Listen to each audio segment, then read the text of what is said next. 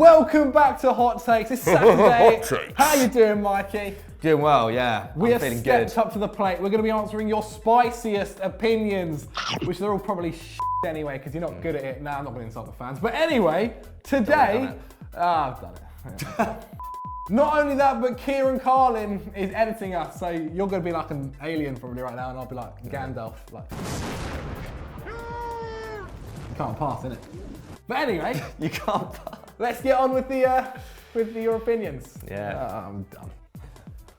This question comes from Zachary, and he said an African team will reach the semi-finals in Russia. Ooh, No, hot. there's no Algeria, mate, so they won't. What are you on about? Well, when did Algeria make the semi-finals? Let's talk about 2014, when we made it to the quarters against Germany, the winners. If anything, we were cheated out of Did the you World make it Cup. against to the quarters? I think you made it to the second round, mate. Pretty sure. So bad knowledge there. You're not even Football. Algerian either. So let's go to the lowdown of the teams who are actually in it. Egypt, Tunisia, Morocco, pretty much all of North Africa apart from Algeria. And then in West Africa, we've got Senegal and Nigeria. Big up. But I like Senegal and Nigeria, both their squads. And the Egypt team. obviously have Salah, and Morocco have a pretty well-rounded team as well. Not really sure about Tunisia. So all have a chance of doing something, at least 4 of them do. But let's remember, the World Cup is incredibly based on who you get, a bit of luck.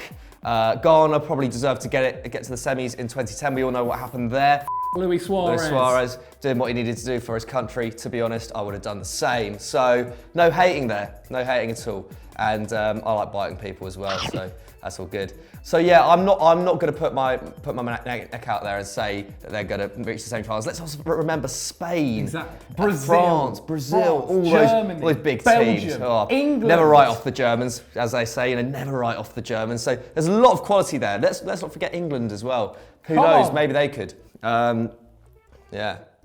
Is that you got Gaza? Yeah. So legend. So yeah, I'm gonna say no, but yeah, wishful thinking. I'm not against it. So It could happen. Zachary, I like your optimism, but you also deluded. So the next one comes from Zach. Say the name. Tuluwashi Ugulia. Tuluwashi Ugulia.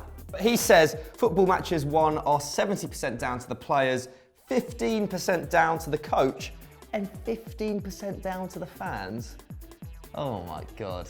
Get in That's that bin. ridiculous. That's stupid. That's so stupid. I mean, first of all, 15% down to the fans. That is so, it's just bollocks, mate. It's just absolute bollocks. Fans can have a very small impact on a game. Yeah. But I think it probably comes down to maybe 1 to 2%, and that is being generous. Literally. Would you agree, I Zachary? agree. People need to Yes. realise that the fans, as much as we love to think we matter, we really don't. We can make some noise, we can sing some chants, but at the end of the day, if the team's losing 3-0, you singing "We Will Never Walk Alone" is not going to do all. We will never walk alone. That's a new one, isn't it? Yeah. It's like, But that's what they say after you lose the Champions League final, but then Oh. send death threats to carry us. Oh God! oh, a little dig at the Liverpool fans there. Some of you are all right, don't worry. But yeah, that's stupid for one. 70% down. The rest of it, I can kind of see. 70% down to the players. I'd actually say that I'd say the manager then takes the rest of that. 100%. Probably about 30%. I'd say the players, 60 to 70%, maybe more, maybe less, depends on the coach. But yeah, the coach, as we all know, very important, isn't he? He puts them out there on the pitch. He does the tactics and he does all the fitness stuff, doesn't he? Or maybe that's down to the fitness coach. He does all of that. He does the motivation in the dressing room. Come on, lads, let's do it in the second half. Yeah. But your thing about the fans is rubbish. The rest of it, okay, maybe. And let's not forget that it has actually been proven by the stats men. 50% is skill and 50% is luck. Yes, that's right. All of your club's success, that's including mine, that's including yours, 50% of it is down to luck. So yeah, put that in your pipe and smoke it. 25% of that is usually the ref as well.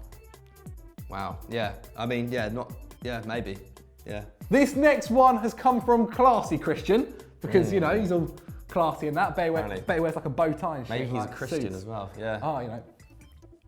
But anyway, Jurgen Klopp is a fraud, he says. He gets a pass from the journalists, even though he spent millions more on his squad than Pochettino. Yet, Pochettino still gets a hard time for not winning anything, but we finished ahead of Liverpool the last few seasons. Yeah, but he won all. Yeah, that's for sure.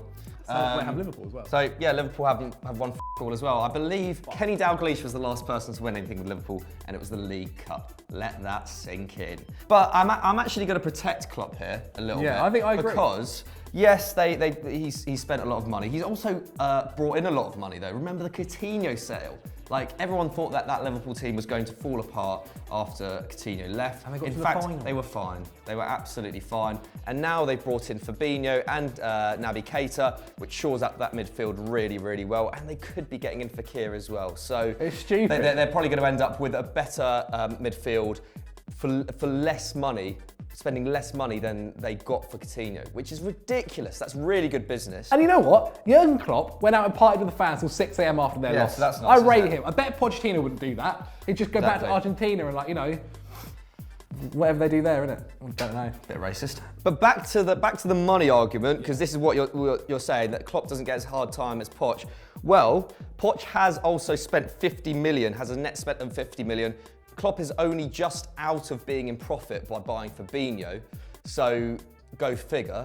And yeah, Liverpool made a UCL final. They made the Europa League final a couple of years ago as well. Spurs haven't even got to a final. They haven't, have they, in this time? They haven't even got to a final under Poch. So yeah, suck on that one. And I was going to make another point as well. Yeah, Klopp has actually won things in his career. That's maybe why he's not under as much pressure from not winning things with Liverpool.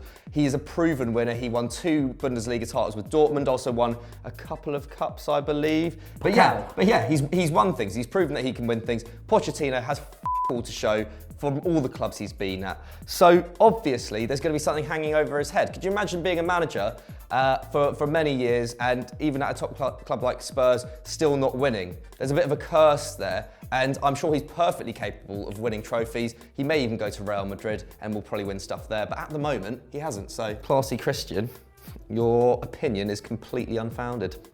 Yeah, you're not classy. If anything, you know, you're a swine, like a pig.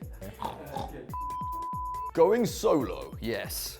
Just me here now, taking on the opinions. Gareth Bale is easily Real's best player and has been unluckily plagued by injury.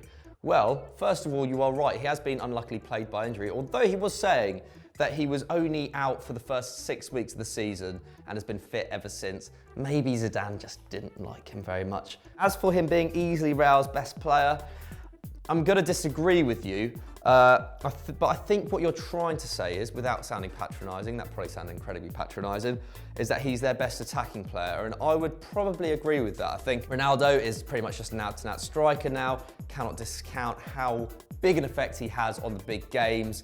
15 UCL goals this season, pretty amazing. Benzema as well has always been a really good foil for him.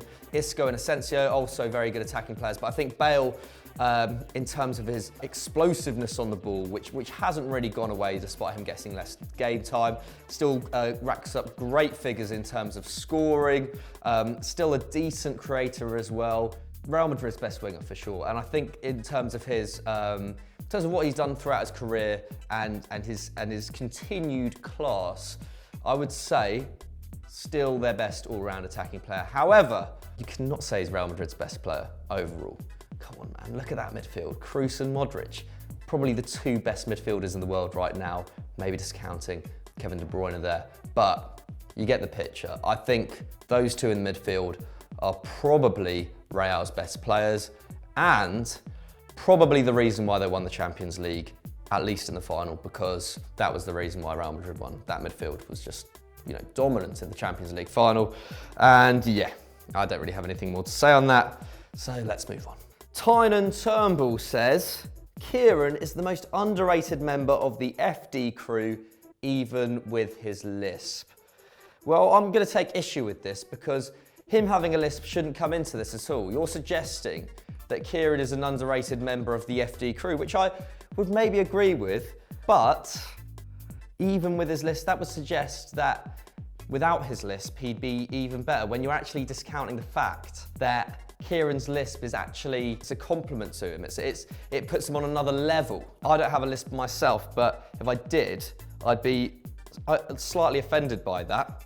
And I'm offended on behalf of Kieran, who's probably not actually offended, but someone needs to be offended these days, so I'm going to be offended by that. So yeah, Tyne and Turnbull, you're very offensive, and you're discounting the fact that Kieran's lisp is the greatest thing that FD has. So yeah, you're absolutely wrong, and you need to sort your ideas out, mate. Salaman, you little slithering snake, you've said Aguero is better than Kane. He's a complete striker, and if he wasn't so injury prone, I would have said he's even better than Suarez. Hashtag hot takes.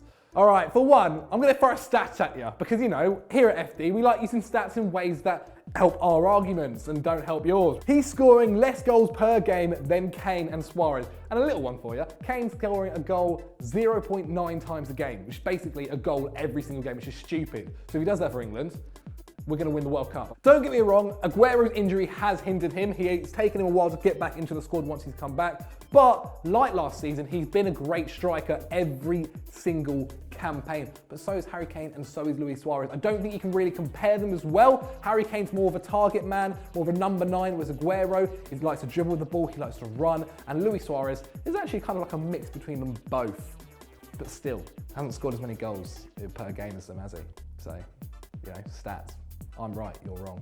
All right, let's get off that page, because that's, you know, Bella Hadid. But if you're watching Bella, hit me up, because I really would like to go on a date with you. We have a hot take here, don't we? God, we do. Oh, God. That guy, 5543, has said, Patrick van Straten is better Dutch export than Cruyff.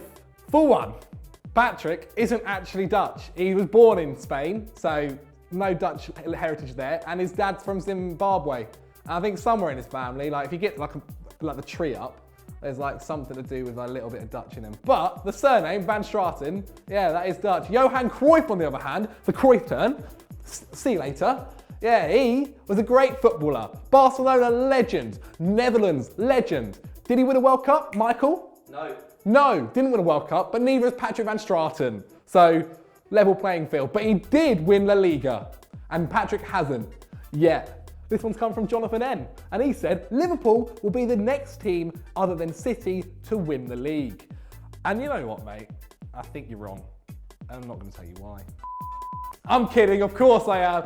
Because the Premier League is one of the best leagues in the world, because 6 teams basically every year can win it. Chelsea, Arsenal, maybe not Arsenal, Tottenham, Liverpool, Man City and Manchester United. You never know. Maybe Burnley next season, depending on what happens. Or Southampton, but probably not because they only got relegated. But anyway, what I'm saying is there are so many teams in the Premier League that can battle. It's not like the Bundesliga where it's basically Bayern Munich every single year, and then like Borussia Dortmund do like a 2-game thing where they're like, oh, they might win it, and they don't.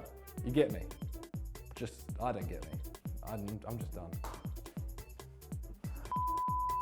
So that's it, Mikey. It's the end of hot takes. Sad times. Yeah. They were just well hot, weren't they? It's like really it's like hot. Nando sauce, but like not kind of like a bit more than medium, but not quite hot just there because like they start crying. But anyway, you know, if you want to see more of us, hit us up on Twitter, handles right here, and Instagram, because it's just I need more followers fun. on Instagram. He Actually, does. follow me on Instagram, not on Twitter, because I'm better on Instagram. He is. And he's but having field day. my followers don't suggest that. We're both going to be actually at a festival right now. If you see us, so if you see us, say hello. hi. But yeah. Mikey, what else can they do whilst they're not at the festival? They should watch today's Stat Wars because it was the losers edition. Loser, yeah. And actually one of them was me, so don't laugh. It was me versus Joe in the Stat Wars losers edition. Go check that out because it's a pretty fun episode. Low on quality, high on entertainment. As what always, we're all about. that's FD. Yes. But yeah, have a good weekend, innit? See you later. Yeah. Like and subscribe. Come on, Thanks for England! watching.